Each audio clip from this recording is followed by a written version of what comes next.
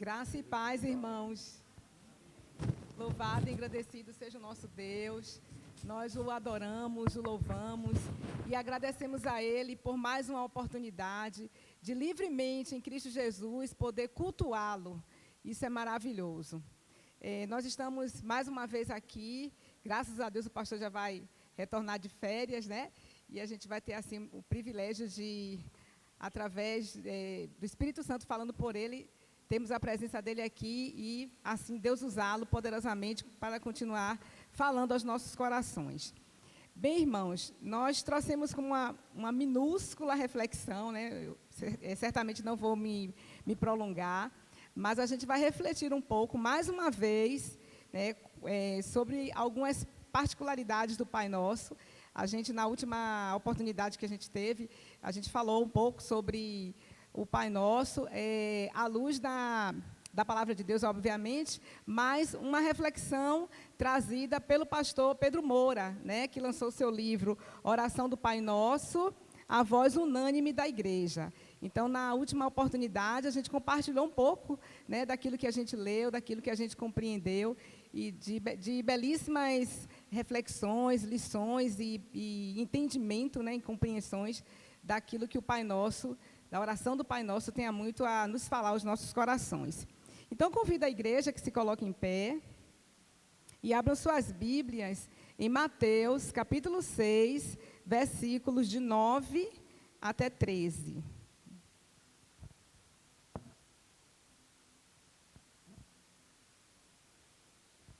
Mateus, capítulo 6, versículos de 9 a 13. Todos acharam? Então, vamos ler. A oração dominical.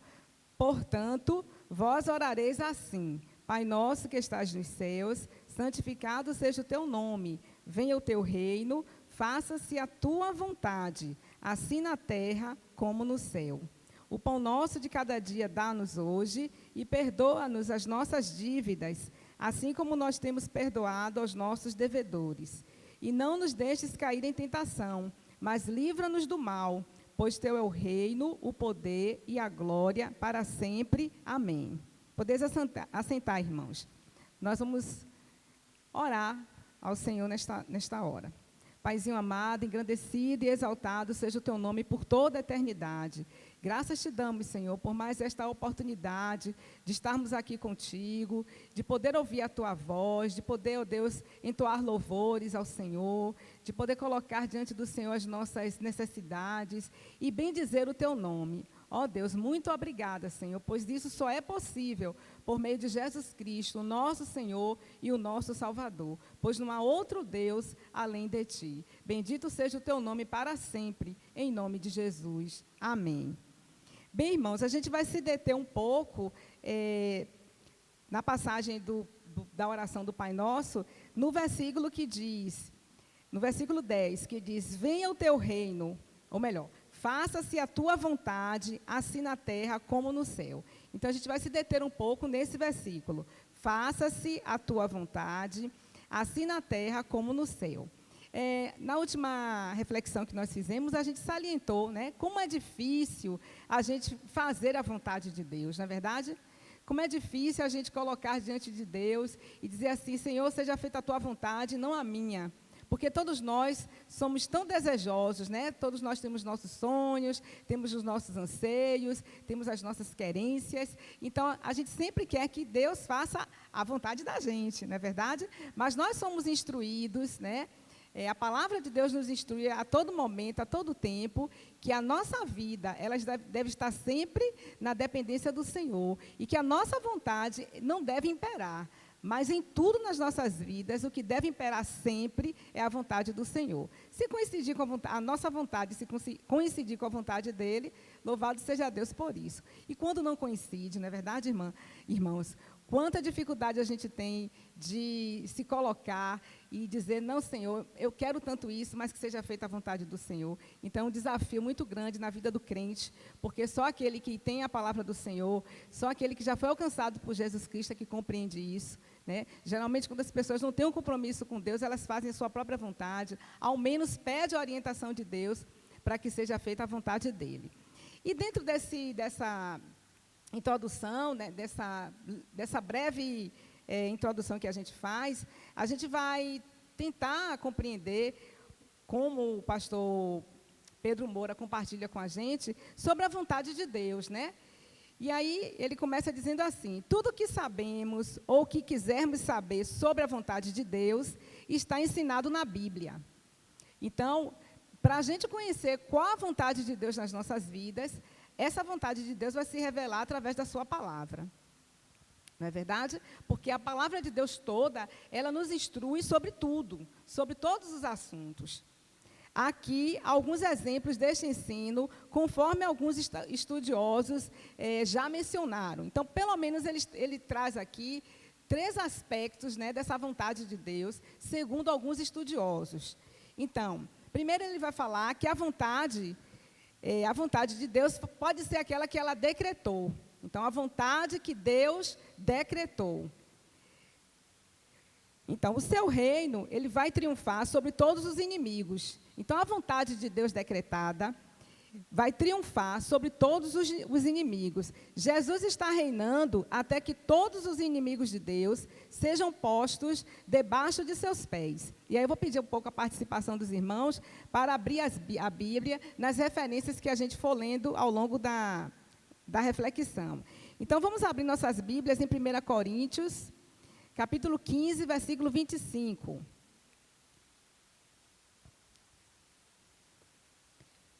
1 Coríntios, capítulo 15, versículo 25, que diz que os inimigos de Deus, todos serão postos debaixo de seus pés. A morte será destruída por Jesus. Ainda aí, 1 Coríntios, capítulo 15, versículo 26. Os irmãos encontraram? Encontraram, irmãos? Sim. Agora, por gentileza, os irmãos abram a Bíblia em 2 Tessalonicenses, capítulo 2, versículo 8. 2 Tessalonicenses, capítulo 2, versículo 8, que diz assim: o anticristo será destruído pelo sopro da boca do Senhor. Peço aos irmãos que abram também Apocalipse, capítulo 19, versículo 21. Que diz: a besta e o falso profeta serão lançados vivos no lago de fogo que arde com enxofre. E ainda, em Apocalipse, capítulo 20, versículo 10, nos diz: Satanás será vencido e lançado no inferno, onde estão a besta e o falso profeta. Então, a gente vai observar que tudo quanto Deus decreta, Ele o que, irmãos? Podem completar. Tudo que Deus decreta, Ele faz. Não é verdade? Tudo que Deus decreta, Ele faz. Então, a vontade de Deus, ela também pode ser decretada. Erroneamente, principalmente na conjuntura que a gente vivencia, né, de tantos ensinamentos assim que não são tão firmados, né, à luz da palavra de Deus, as pessoas que se estribam nos seus próprios conhecimentos ou nas suas próprias convicções, erroneamente traz uma significação muito aquém, muito diferente daquilo que a Bíblia nos instrui sobre a vontade de Deus. Então, geralmente, tudo se atribui-se à vontade de Deus e, muitas vezes, a gente vai entender que existe também a vontade do homem.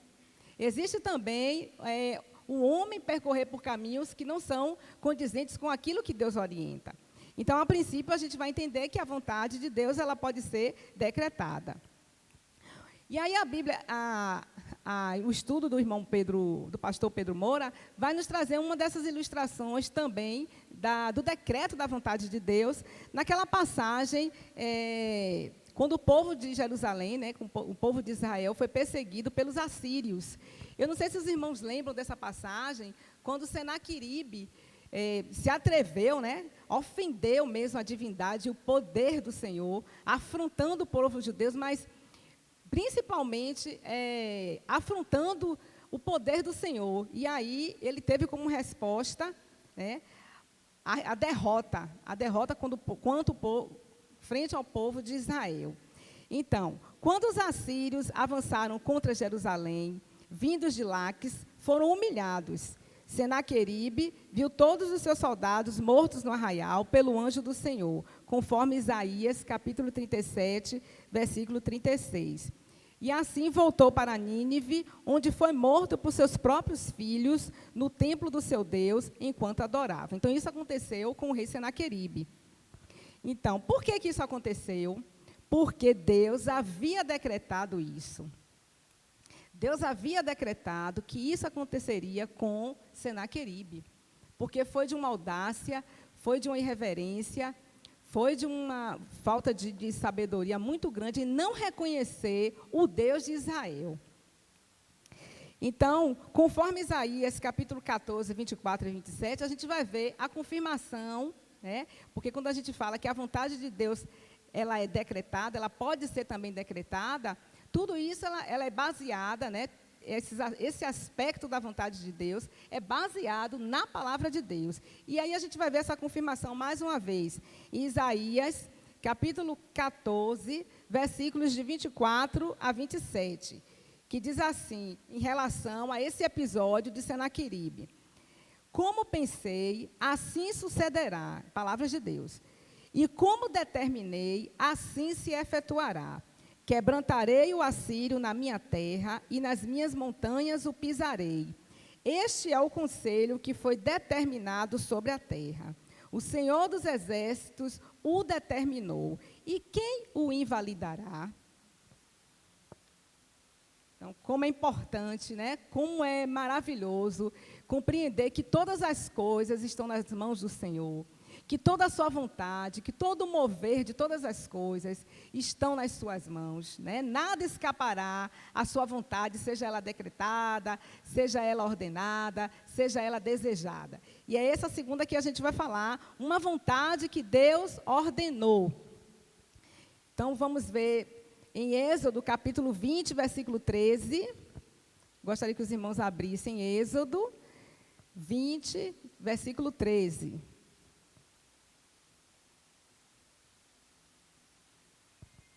Que nos diz assim, não matarás, a ordem é não cometerás assassinato. Este foi o primeiro crime cometido sobre a terra, porque Caim assassinou Abel, conforme Gênesis, capítulo 4, versículos de 8 a 16. Seu próprio irmão, a partir do primeiro assassinato, aqui foi, no caso, um fratricídio. O pecado passa a ser uma questão que afeta a relação com Deus e a relação do homem com o seu semelhante. Por isso, Deus, em sua vontade, ordenou o respeito pela vida humana. Então, a vontade de Deus, ela é ordenada. E a ordem que Deus nos dá em relação a essa vontade, tem várias, né? A gente vai compreender que na Bíblia, a Bíblia está cheia de exemplos da vontade que Deus ordena. E uma delas, que Deus nos ordena, é que a gente ame o nosso irmão, né? Que a gente não mate, que a gente não faça coisas que venham a ferir o nosso próximo, porque isso resume toda a lei, conforme o Novo Testamento, como a gente compreende, que todos os 10 mandamentos se resumem em um mandamento só. Amarás a Deus sobre todas as coisas e ao próximo como a ti mesmo. Um outro exemplo de ordenança do Senhor. Sede santos, porque eu sou santo, conforme Levítico, capítulo 11, versículo 44. Ó, irmãos, como é desafiante também, né, dizer que nós somos santos. Porque geralmente as pessoas falam assim, eu não sou santa. Não é verdade? Até mesmo a gente que conhece a palavra de Deus, a gente fala assim, eu faço isso porque eu não sou santa. Nós somos santos, sim. Porque a gente entende que ser santo não é aquela pessoa que não peca, que não comete erros, que não comete equívocos, que se arrepende, que sente remorso, enfim. Mas a gente compreende que ser santo é ser o quê, irmãos? Podem falar bem alto. Ser santo é o quê? Ser separado. Ser separado. Ser separado de quê? Ser separado das convicções do mundo. ser separado dos ensinamentos do mundo, ser separado das concepções que o mundo, né, tenta incutir na nossa mente, ser separado dos posicionamentos vários que o mundo assume frente a diversos temas, a diversos assuntos, a diversas ideologias e por aí vai. Então, nós somos santos, sim. Se a gente entender nessa perspectiva, no sentido real, no sentido da origem mesmo da palavra, somos, sim, santos, porque somos um povo separado para adorar e para reconhecer que só o Senhor é Deus. Como Israel, a igreja é um povo chamado a ser santo. Paulo diz que é a nossa vocação e devemos ser dignos dela. Rogo-vos, pois, eu, o prisioneiro do Senhor, que andeis como é digno da vocação que fostes chamados, conforme Efésios capítulo 4, versículo 1. Infelizmente, obedecer a esta vontade expressa em ordem para nós, às vezes parece mais um peso que um grande privilégio. Infelizmente, né? Nós que conhecemos a palavra, muitas vezes, cumprir a ordem do Senhor na nossa vida, por muitas vezes, ao invés de ser um grande privilégio, acaba sendo um peso nas nossas vidas. Mas quando nós compreendemos isso, reconhecemos a nossa fraqueza e buscamos no Espírito Santo a força do Senhor em nós, aí com certeza a gente consegue alcançar esse grande privilégio que é obedecer à vontade de Deus, que é seguir as suas ordens. Então, a Bíblia está cheia de estatutos e mandamentos. Deus nos diz na Bíblia o que fazer e Deus também nos diz na Bíblia o que, irmãos? Quem me ajuda, né, nessa compreensão? A Bíblia nos ensina, Deus nos ensina na Bíblia o que fazer, mas ensina-nos também o que? O que não fazer. Então, se nós queremos respostas para todas as áreas da nossa vida, a palavra do Senhor vai nos instruir no que e como a gente deve proceder, o que a gente deve fazer. Mas essa mesma palavra também vai nos orientar sobre diversos aspectos da vida, o que nós não devemos fazer. E, por fim, uma outra compreensão sobre a vontade de Deus, uma vontade que Deus desejou. Deus quer o seu coração, Deus quer o nosso coração. Ele não decreta nem ordena isso. Olha a diferença. Ele nem decreta, ele nem ordena, mas ele deseja, ele apenas deseja e pede. Filho meu, dá-me o teu coração e deleite-se os teus olhos nos meus caminhos, conforme está aí em Provérbios, capítulo 23, versículo 24. Então, essa é uma vontade que Deus deseja. Deus não decreta, nesse aspecto, ele não decreta, ele nem ordena. Ele apenas deseja que nós entreguemos o nosso coração a ele. Né? Ele deseja que a nossa vida inteiramente seja dele. Por isso nós dizemos que o único ser, a única pessoa que de fato respeita a liberdade e o desejo do outro, o livre-arbítrio do ser humano, é o nosso Deus. Né? Deus tem um desejo. O desejo de Deus é que todos os seres humanos sejam alcançados e reconheçam que só Ele é Deus. Mas Ele não ordena, Ele não decreta. É o desejo que Ele tem. E por isso, Ele deixa esse livre-arbítrio para que o homem decida.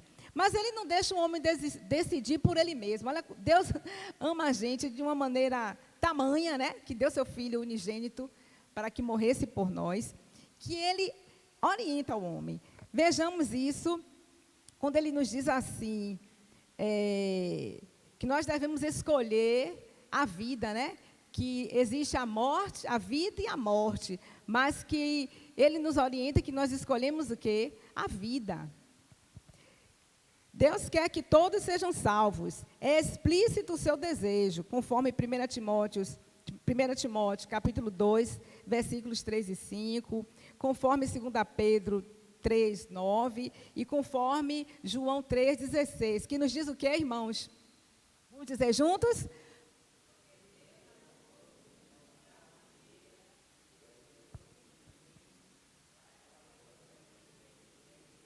Mas,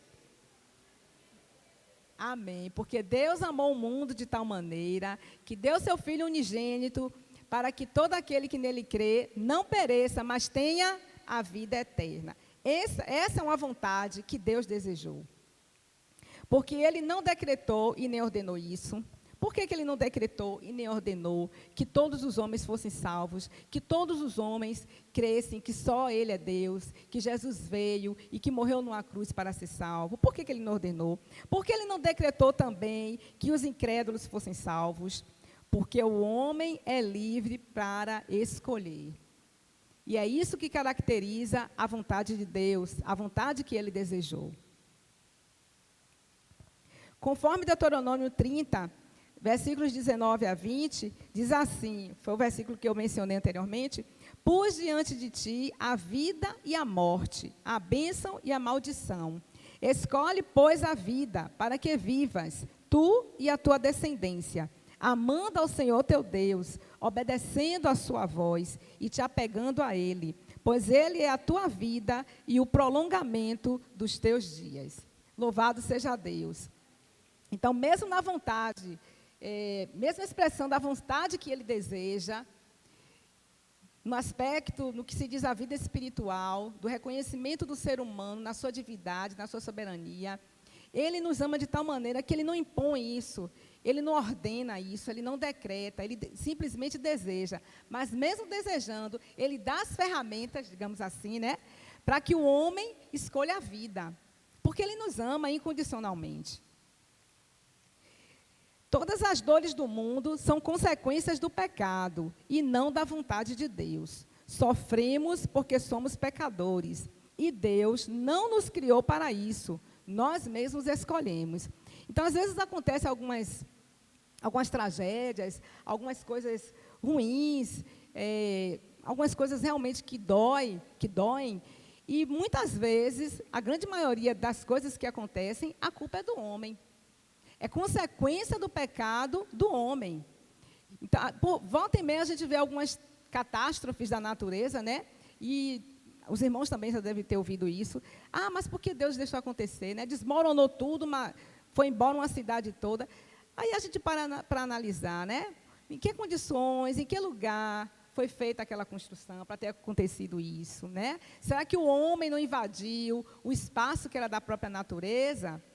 Então, são coisas assim que acontecem e tudo, erroneamente, as pessoas acabam atribuindo a Deus, se isentando, né, dos seus erros, se isentando das consequências que podem ter diante de uma coisa, diante de uma atitude mal tomada, né, diante de uma decisão mal resolvida, enfim. Então, a gente tem que compreender isso também. Então, mais uma vez, é bom enfatizar, sofremos porque somos pecadores, e Deus não nos criou para isso, nós mesmos escolhemos. Por isso, desde o começo, o homem foi orientado por Deus a escolher sabiamente, conforme foi lido aqui em Êxodo. Só o transformado, e aí eu vou dar um parêntese aqui, irmãos, todas essas colocações que eu estou compartilhando com os irmãos, mais uma vez eu quero enfatizar, né? Foi a partir da leitura do livro do pastor Pedro Moura, Oração do Pai Nosso. Só o transformado experimenta assim a vontade de Deus. Só o transformado ora como o Senhor Jesus orou no Getsêmani. Qual foi a oração dele? Meu Pai, se é possível, passa de mim este cálice. Todavia, não seja como eu quero, mas como tu queres. Conforme Mateus, capítulo 26, versículo 39, 42 e 44. E ainda no restante da oração, desse trecho, diz assim: assim na terra como no céu. Não é isso? Que seja feita a tua vontade. E aí a gente abordou as 3 tipos de vontade que é nos trazido aqui dessa lição: a vontade que Deus decretou, a vontade que Deus ordenou e a vontade que Deus desejou. Mas no restinho da oração, desse trecho, diz assim: assim na terra como no céu. Então, a vontade de Deus, que seja feita, seja ela decretada, seja ela ordenada, ou seja ela desejada, que seja feita assim na terra como no céu. Todos os seres humanos são concitados, né, são despertados a obedecer às leis de Deus, do modo como obedecem a elas os seres angelicais. Nós sabemos que Deus, né? Deus está no seu santo lugar, a Bíblia fala que Deus habita no meio dos louvores, né? Todos os anjos o adorando, bendizendo o seu nome, louvando o seu nome. Então, essa é a vontade de Deus. Quando esta vontade for feita na terra, quando essa vontade que é realizada onde Deus habita, né? Que a gente não tem, a nossa limitação humana, a nossa mente, a nossa capacidade humana, não tem condição de alcançar essa compreensão, né, do lugar que Deus habita, do seu reino, da sua majestosidade, da sua glória, né, de toda a sua santidade. A gente não tem como imaginar isso. A gente pode chegar, eu não digo nem perto, um pouco, né?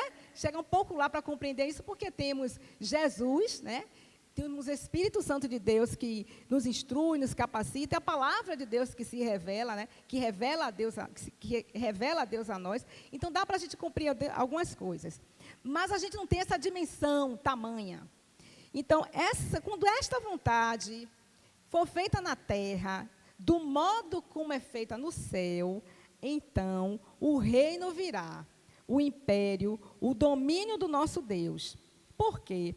Porque na terra, até os ímpios têm que fazer a vontade de Deus, quando Ele assim determina, né? E a gente sabe que em Apocalipse fala que mesmo aqueles que não creem, né, que não creem em Deus, que não creem em Jesus, que não creem que Jesus veio ao mundo, que viveu, que morreu e que ressuscitou, até esses, né, se prostrarão e abrirão seus lábios e reconhecerão que santo, santo é o Senhor.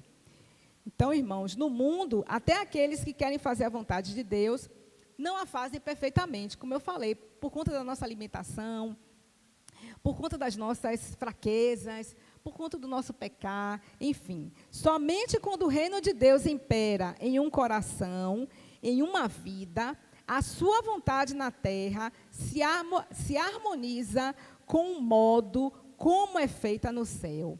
E como é feita a vontade de Deus no céu? Ela é feita voluntariamente, ela é feita conscientemente, ela é feita totalmente, ela é feita prazerosamente, ela é feita universalmente, ela é feita uniformemente e ela é feita eternamente. Que Deus, irmãos, nos abençoe e que possamos alcançar cada dia, através do Espírito Santo dele, a compreensão, o desejo ardente de fazer sempre a vontade do nosso Deus. Que o Espírito Santo do Senhor reine na nossa vontade, no nosso coração e na nossa mente. E que o Senhor seja sempre glorificado por meio das nossas vidas, em nome de Jesus. Amém. Passa agora a palavra, irmão Paulo.